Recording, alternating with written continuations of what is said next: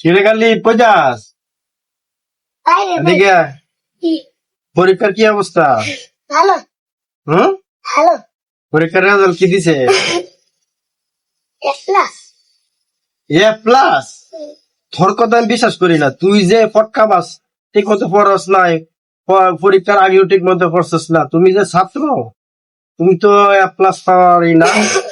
এই প্রমাণ দেখতে হইব। এই মোবাইলটা লসে, দেখি চেক দে। হ্যাঁ, আমি তো জানি তুমি যে ফেল করবে। আমি তো জানি তুমি ফেল করবা। জানি তুমি ফেল করবে। আরে গালিব দি ফাঁস করছে। আরে গালিব এভাবেই মাঝে মাঝে আমাদের সন্তানদের উপরে লেখাপড়া চাপিয়ে দিই।